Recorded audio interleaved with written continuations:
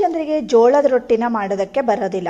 So ಜೋಳನ ಉಪಯೋಗಿಸ್ಕೊಳ್ಬೇಕು ಅಂತ ಅಂದ್ಕೊಳ್ತಾರೆ. ಅಂಥವರಿಗೆ ಈ ರೆಸಿಪಿ ತುಂಬಾ ಯೂಸ್ ಆಗುತ್ತೆ ಫ್ರೆಂಡ್ಸ್. ಜೋಳ ನಮ್ಮ ಆರೋಗ್ಯಕ್ಕೆ ತುಂಬಾ ಒಳ್ಳೆಯದು.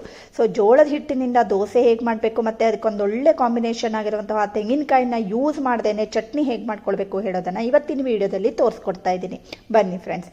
ಫಸ್ಟ್ ನೋಡಿ, ನಾನು ಒಂದು ಪಾತ್ರೆನ ತೊಗೊಂಡಿದ್ದೀನಿ. ಅದಕ್ಕೆ 1 ಕಪ್ ಆಗುವಷ್ಟು ಜೋಳದ ಹಿಟ್ಟನ್ನು ಹಾಕ್ಕೊಂಡಿದ್ದೀನಿ. 1 ಈರುಳ್ಳಿನ ಚಿಕ್ಕದಾಗಿ ಹೆಚ್ಚಿಬಿಟ್ಟು ಹಾಕ್ಕೊಂಡಿದ್ದೀನಿ.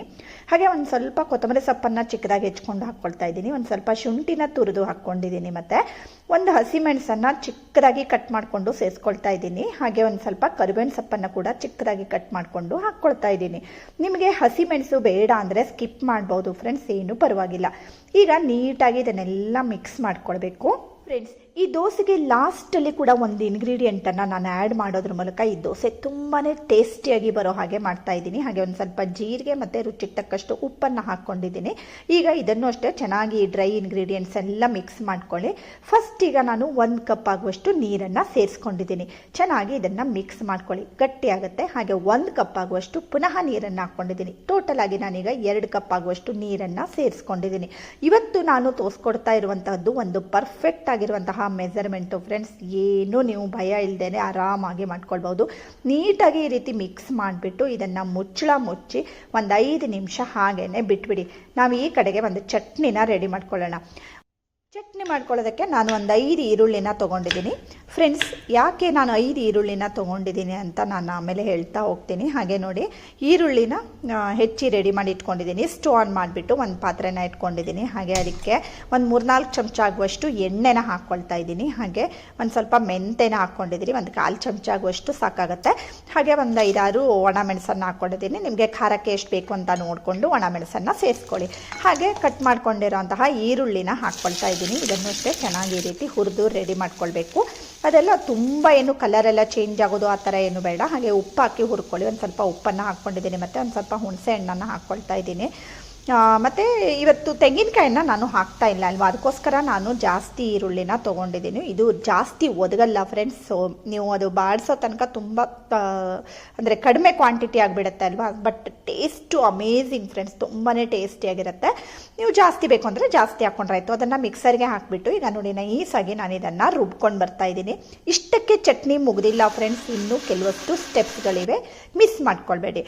ಆಮೇಲೆ ನೋಡಿ, ಇನ್ನೂ ಟೇಸ್ಟಿಯಾಗಿ ಬರಬೇಕಲ್ವಾ. ಸೊ ನೆಕ್ಸ್ಟು ಸ್ಟವ್ ಆನ್ ಮಾಡಿಬಿಟ್ಟು ಅದೇ ಕಡಾಯಿನ ಇಟ್ಕೊಂಡಿದ್ದೀನಿ. ಅದಕ್ಕೆ ಪುನಃ 1-2 ಚಮಚ ಆಗುವಷ್ಟು ಎಣ್ಣೆನ ಹಾಕ್ಕೊಂಡಿದ್ದೀನಿ. 1 ಚಮಚ ಉದ್ದಿನಬೇಳೆನ ಹಾಕ್ಕೊಳ್ತಾ ಇದ್ದೀನಿ. ಹಾಗೆ 1 ಚಮಚ ಆಗುವಷ್ಟು ಸಾಸಿವೆನ ಹಾಕ್ಕೊಳ್ತಾ ಇದ್ದೀನಿ. ಮತ್ತು 1 ಚಮಚ ಜೀರಿಗೆನ ಹಾಕ್ಕೊಂಡಿದ್ದೀನಿ. ಮತ್ತು ಇದಕ್ಕೆ ನೋಡಿ ಒಂದು ಸ್ವಲ್ಪ ಹೆಚ್ಚಿಟ್ಕೊಂಡಿರೋಂತಹ ಈರುಳ್ಳಿ, ಟೊಮೆಟೊ ಮತ್ತು ಕ್ಯಾಪ್ಸಿಕಮ್ಮು, ಒಂದು ಹಸಿಮೆಣಸು ಮತ್ತು ಕೊತ್ತಂಬರಿ ಸೊಪ್ಪು ಇವಿಷ್ಟನ್ನು ನಾನು ಹೆಚ್ಚಿ ಒಂದು ಪಾತ್ರೆಯಲ್ಲಿ ಹಾಕಿಟ್ಕೊಂಡಿದ್ದೀನಿ. ಇಷ್ಟು ಅಂತಿಲ್ಲ, ಒಂದು ಕಣ್ಣು ಅಂದಾಜಿಗೆ ಒಂದು ಸ್ವಲ್ಪ ಹೆಚ್ಚಿ ರೆಡಿ ಮಾಡಿ ಇಟ್ಕೊಂಡಿದ್ದೀನಿ. ಇದನ್ನು ಈಗ ಎಣ್ಣೆಯಲ್ಲಿ ಚೆನ್ನಾಗಿ ಈ ರೀತಿ ಹುರ್ಕೊಳ್ಳಿ. ಅದೆಲ್ಲ ಒಂಥರ ಸಾಫ್ಟಾಗಿ ಬರಬೇಕು, ಆ ಥರ ನೀವು ರೆಡಿ ಮಾಡ್ಕೊಳ್ಳಿ. ಇವಾಗ ನಾನು ಇದಕ್ಕೆ ರುಬ್ಬಿಟ್ಕೊಂಡಿರೋಂತಹ ಈರುಳ್ಳಿ ಮಿಶ್ರಣ ಇದೆ ಅಲ್ವಾ, ಅದನ್ನು ಹಾಕ್ಕೊಳ್ತಾ ಇದ್ದೀನಿ. ಆ್ಯಕ್ಚುಲಿ ಹೇಳ್ತೀನಿ ಫ್ರೆಂಡ್ಸ್, ತುಂಬಾ ಟೇಸ್ಟಿಯಾಗಿ ಬರುತ್ತೆ ಈ ಚಟ್ನಿ. ನೀವು ಯಾವತ್ತೂ ಮಾಡಿರ್ಲಿಕ್ಕಿಲ್ಲ ಅಂತ ಅಂದ್ಕೊಳ್ತೀನಿ. ಯಾಕಂದರೆ ಆ್ಯಕ್ಚುಲಿ ನಾನು ಇದು ಕೆಲವಷ್ಟನ್ನು ಎಕ್ಸ್ಪೆರಿಮೆಂಟಿ ಮಾಡಿ ನೋಡಿಕೊಂಡು ಆಮೇಲೆ ನಿಮ್ಮ ಜೊತೆಗೆ ಇದನ್ನೆಲ್ಲ ಶೇರ್ ಮಾಡ್ತೀನಿ. ಸೊ ನೀಟಾಗಿ ಇದನ್ನು ಮಿಕ್ಸ್ ಮಾಡ್ಕೊಳ್ಳಿ. ಅಂದರೆ ಜಾಸ್ತಿ ಹೊತ್ತೆಲ್ಲ ಕುದಿಸ್ಬೇಕಂತ ಏನೂ ಇಲ್ಲ, ಅದ್ರ ಜೊತೆಗೆ ಚೆನ್ನಾಗಿ ಮಿಕ್ಸ್ ಮಾಡಿಕೊಂಡ್ರೆ ಈ ಚಟ್ನಿ ರೆಡಿ ಆಗುತ್ತೆ ಫ್ರೆಂಡ್ಸ್. ಇದನ್ನು ನೀವು ಆ್ಯಕ್ಚುಲಿ ಅನ್ನದ ಜೊತೆಗೆ ಕೂಡ ಹಾಕ್ಕೊಂಡು ಊಟ ಮಾಡ್ಬೋದು. ಮತ್ತು ಈ ಥರ ರೋಟಿ, ಚಪಾತಿ, ದೋಸೆಗಂತೂ ಸಖತ್ತಾಗಿತ್ತು. ನಮ್ಮ ಮನೇಲಂತರೂ ತುಂಬಾ ಇಷ್ಟಪಟ್ಕೊಂಡು ತಿಂದರು. ಹಾಗೆ ಒಂದು ಸರ್ವಿಂಗ್ ಬೌಲ್ಗೆ ನಾನು ಈ ಚಟ್ನಿನ ಹಾಕಿ ರೆಡಿ ಮಾಡ್ಕೊಳ್ತಾ ಇದ್ದೀನಿ. ನೋಡೋದಕ್ಕೂ ಎಷ್ಟು ಚೆನ್ನಾಗಿ ಕಾಣಿಸ್ತಾ ಇದೆ ಅಲ್ವಾ, ತಿನ್ನೋದಕ್ಕೂ ಅಷ್ಟೇ ಫ್ರೆಂಡ್ಸ್, ತುಂಬಾ ಟೇಸ್ಟಿಯಾಗಿರುತ್ತೆ. ಹಾಗೆ ಫ್ರೆಂಡ್ಸ್, ನೀವು ಎಲ್ಲಿಂದ ನೋಡ್ತಾ ಇದ್ದೀರಿ ಹೇಳೋದನ್ನು ಕೂಡ ಒಂದು ಕಮೆಂಟ್ ಮಾಡಿಬಿಡಿ. ನಮಗೆ ನಿಮ್ಮ ಒಂದು ಕಮೆಂಟ್ ಕೂಡ ತುಂಬಾ ಪ್ರೋತ್ಸಾಹಕವಾಗಿರುತ್ತೆ. ಹಾಗೆ ಈ ಕಡೆಗೆ ಒಂದು 5 ನಿಮಿಷ ಆಯ್ತಲ್ವಾ. ಸೊ ಇದನ್ನು ಮುಚ್ಚಳನ ಓಪನ್ ಮಾಡ್ತಾ ಇದ್ದೀನಿ. ದೋಸೆ ಹಿಟ್ಟಿನ ಮುಚ್ಚಳನ ಒಂದು ಇಂಗ್ರೀಡಿಯೆಂಟ್ ಆ್ಯಡ್ ಮಾಡೋದಿದೆ ಅಂತ ನಾನು ಆಗಲೇ ಹೇಳಿದ್ದೀನಿ ಅಲ್ವಾ. ನೋಡಿ ನೀಟಾಗಿ ಇದನ್ನೆಲ್ಲ ಮಿಕ್ಸ್ ಮಾಡ್ಕೊಳ್ಳಿ. ಡಯಾಬಿಟಿಸ್ ಇರೋರಿಗೆಲ್ಲ ಅಂತೂ ತುಂಬಾ ಒಳ್ಳೆಯದು ಈ ದೋಸೆ. ನಾನೀಗ 1 ಚಮಚದಷ್ಟು ಸಕ್ಕರೆನ ಹಾಕ್ಕೊಂಡಿದ್ದೀನಿ ಫ್ರೆಂಡ್ಸ್. ಡಯಾಬಿಟಿಸ್ ಇರೋರು ಸಕ್ಕರೆನ ಸ್ಕಿಪ್ ಮಾಡಿಬಿಡಿ, ಬೇಡವೇ ಬೇಡ. ಹಾಗೆ ನೀಟಾಗಿ ಇದನ್ನೆಲ್ಲ ಮಿಕ್ಸ್ ಮಾಡ್ಕೊಳ್ಳಿ. ಸಕ್ಕರೆ ಹಾಕ್ಕೊಳ್ಳೋದ್ರಿಂದ ಏನಾಗುತ್ತೆ ಗೊತ್ತಾ ಫ್ರೆಂಡ್ಸ್, ತುಂಬಾ ಗರಿಗರಿಯಾಗಿ ಬರುತ್ತೆ ಮತ್ತು ಕಲರ್ ಕೂಡ ತುಂಬ ಚೆನ್ನಾಗಿ ಬರುತ್ತೆ ದೋಸೆದು. ಹಾಗೆ ನಾನು ಇನ್ನೊಂದು ಅರ್ಧ ಕಪ್ ಆಗುವಷ್ಟು ನೀರನ್ನು ಸೇರಿಸ್ಕೊಂಡಿದ್ದೀನಿ. ಈಗ ಚೆನ್ನಾಗಿ ಇದನ್ನು ಮಿಕ್ಸ್ ಮಾಡಿ ಹಿಟ್ಟಂತರೂ ರೆಡಿ ಆಯಿತು ಅಲ್ವಾ. ಆಗಲೇ ನಾನು ಕಾವಲಿ ಕೂಡ ಕಾಯೋದಕ್ಕೆ ಅಂತ ಇಟ್ಕೊಂಡಿದ್ದೆ. ಈಗ ನೋಡಿ ಮೇಲ್ಗಡೆಯಿಂದ ದೋಸೆನ ಹೊಯ್ತಾ ಇದ್ದೀನಿ.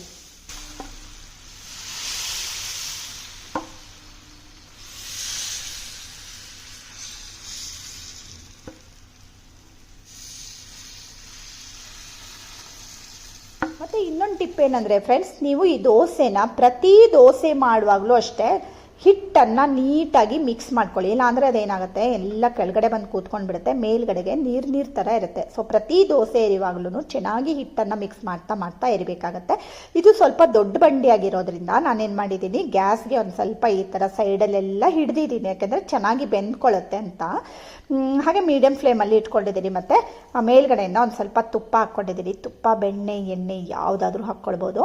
ಸೊ ಒಂದು ಸ್ವಲ್ಪ ನೀವು ಮೀಡಿಯಮ್ ಫ್ಲೇಮಲ್ಲಿ ಇಟ್ಕೊಳ್ಳೋದ್ರಿಂದ ಅದು ಒಳ್ಳೆ ಕ್ರಿಸ್ಪಿಯಾಗಿ ಬರುತ್ತೆ, ಗರಿಗರಿಯಾಗಿ ಬರುತ್ತೆ ಫ್ರೆಂಡ್ಸ್. ಆ್ಯಕ್ಚುಲಿ ಈ ದೋಸೆನ ನೀವು ತಿಂತಾ ಇದ್ರೆ ಎಷ್ಟು ತಿಂದ್ರಿ ಅಂತಲೇ ಗೊತ್ತಾಗಲ್ಲ. ಅದರಲ್ಲೂ ಜೋಳದ ಹಿಟ್ಟಿನಿಂದ ಮಾಡಿದಿರಿ ಅಂತಲೇ ಗೊತ್ತಾಗಲ್ಲ ಫ್ರೆಂಡ್ಸ್. ತುಂಬ ಜನರು ಜೋಳದ ಹಿಟ್ಟಿನ ಅಂದರೆ ರೊಟ್ಟಿ ಮಾಡೋದಕ್ಕೆ ತುಂಬ ಕಷ್ಟಪಡ್ತಾರೆ ಅಲ್ವಾ. ಅದನ್ನು ನೀವು ದೋಸೆ ಮಾಡಿ ಕೂಡ ತಿನ್ಬೋದು, ಜೋಳದ ಹಿಟ್ಟನ್ನೇ ನೀವು ಯೂಸ್ ಮಾಡಬೇಕು ಅಂತಾದರೆ. ಹಾಗೆ ಫ್ರೆಂಡ್ಸ್, ಸುಲಭವಾಗಿ ಜೋಳದ ರೊಟ್ಟಿನ ಹೇಗೆ ಮಾಡಬೇಕು ಹೇಳೋದನ್ನು ಕೂಡ ನಾನು ಈಗಾಗಲೇ ತೋರಿಸ್ಕೊಟ್ಟಿದ್ದೀನಿ. ಡಿಸ್ಕ್ರಿಪ್ಷನ್ ಬಾಕ್ಸಲ್ಲಿ ಆ ಲಿಂಕನ್ನು ಕೂಡ ಹಾಕಿರ್ತೀನಿ, ಬೇಕಿದ್ದರೆ ಚೆಕ್ ಮಾಡ್ಕೊಳ್ಳಿ. ಹಾಗೆ ಇದನ್ನು ನೋಡಿ, ಈ ಚಟ್ನಿ ಜೊತೆ ತಿನ್ನೋದಕ್ಕೆ ತುಂಬಾ ಟೇಸ್ಟಿಯಾಗಿರುತ್ತೆ. ಖಂಡಿತ ಒಮ್ಮೆ ಟ್ರೈ ಮಾಡಿ. ವಿಡಿಯೋ ಇಷ್ಟ ಆದರೆ ಲೈಕ್ ಮಾಡಿ, ಶೇರ್ ಮಾಡಿ ಮತ್ತು ಸಬ್ಸ್ಕ್ರೈಬ್ ಮಾಡಿ. Thank you for watching.